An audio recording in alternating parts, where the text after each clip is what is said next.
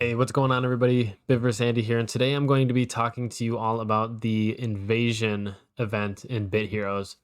Pretty much give you guys a few tips and tricks, especially because this week we have the brand new Rumble invasion that comes to us with new invasion, new fusions, and new gear. So you can see some of the new familiars back there. But more importantly, this week, and I hope that you're watching this soon enough to take advantage of this, or if you're in the future, that's okay. These tips and tricks will still apply. But for this week, with the new invasion coming out, invasion is boosted, where we have double loot for experience, gold, materials, enchants, and augments. So, I mean, double loot is amazing. Do not miss this chance. We got the next 3 days, 20 hours to take advantage of this double loot invasion. So you might be asking, Andy, why do I want to do invasion? And, as always, it's for the loot. If you open up the possible items you can get from invasion, there's a ton of cosmetics. We can get the new mythic main hand for the Rumble invasion. We can get fleece, which is an incredible resource. You're going to need a lot of these to craft yourself a mythic mount, which is some of the best mounts in the game. We're going to be able to get a mythic schematic for a familiar. Now, I'm not the biggest fan of Psionics, but it's a mythic familiar, and other invasions will have other schematics for their own familiars, so those are pretty good. There's a few invasion sets. I'll just glance over them since they're just okay. But here's where we get pretty interesting. More familiars, but we can get legendary enchants, and that's really good. Not only because legendaries are some of the best enchants in the game besides mythics, but you'll need to melt a lot of legendary ones just to get a mythic one. So keep that in mind. That's really important to get a lot of these so you can even just melt them late game. You can also get legendary augment chips for your familiars. And this is awesome. If you don't have legendary chips on all your familiars, definitely farm this week invasion while we have 2 times the drops. You can get a handful of these for your character. This is an awesome drop. The last notable thing is right here is the metal. Now, each invasion will have its own different material. I think the Jello invasion has jelly donuts.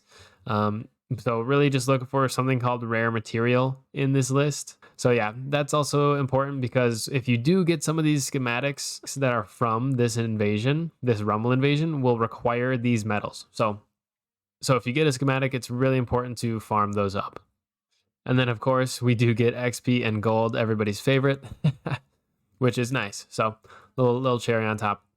Now, if we just look at the rewards from the leaderboard, if you get enough points, you can rank pretty high.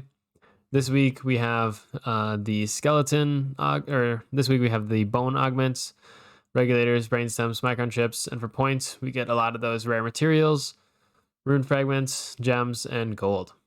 So really good stuff we can get from invasion, and I want to help you guys maximize your loot that you get from every single invasion. So first off is community points. You can see here the community points is at 89 million. So what is the point of these community points? Well, when we look at it, if I hit the little mystery question mark here, we can see that at level 5, everybody that plays invasion will gain plus 50% item find, plus 50% experience, and plus 50% gold find. This item find is going to, and this is really good. I mean, XP and gold, awesome. Item find is amazing though, because that will help us find more fleece, that will help us find the schematics, that will help us find more chips. It pretty much just goes with everything in this possible items list. So that's just awesome. So that's basically what level 5 does. Now at level 0, you get 0. I'll just show you all the levels. Level 1, you get plus 5%. 2, you get plus 10%. Level 3, so it's 20. Level 4 is plus 30. And then the biggest jump is level 5 to plus 50. So to get the very most rewards, if you're really just after fleece or something, you want to wait till that community points is at 5. You want to get that extra item find, that extra XP, so you can use guild honor to make badges. And you want to make sure that you're using item find runes. That's very important. You can get an extra 60 or up to 70 if you have mythic runes. You also, of course, want to use an item find scroll or perhaps even a gore like Bitgore, something with really high item find that will get you ahead in the game. And also, if you're really perfect, today's Sunday, it has the highest item find bonus. And by Sunday, and already by this Sunday, we're at the max tier. So right now is the perfect time to grind. Sunday, got the item find runes on, and we're at tier 5. So if you're going to make a huge invasion push, let's say you want to become rank number 1 in invasion, the best day to do it is later in the week. And you can still see there's plenty of time left in the week, 3 days, 21 hours, and we're already at community points tier 5. And basically, if you're able to get more item find, more XP, pay attention to that XP, that's just going to be better for you. And if you're getting more experience, which means when you come to your guild, you're going to get 50% more guild honor, which is just equal to 10% of all XP you earn in the guild. And then you're going to be able to purchase more badge pouches for that honor. So if you're really trying to make your invasion grind last, definitely wait for that 50% XP boost, which gives you just more honor, which gives you more badges, which gives you more runs, if you do want to spend your honor here in invasion. So the next super important thing to note is picking what wave you start on is absolutely important. So if you start at wave 1 and you let it ride all the way up to the maximum wave that you can clear, you are going to be sitting there forever clearing that. So I would highly recommend not starting at 1 and starting closer to the highest one you've completed. Now, how close is super important. If I jump back over to the wiki and I scroll up a little bit, we can see the wiki says this, and this is a well-known fact. Regardless of the wave level, after defeating 10 waves of enemies, you will receive maximum loot, maximum drops, maximum gold, and maximum experience. So make sure that you're able to beat the next 10 waves. Now, when you're picking what wave you want to do, the highest difficulty you've ever beaten, so I have beaten 168, minus 10 is the one that is available to you, okay?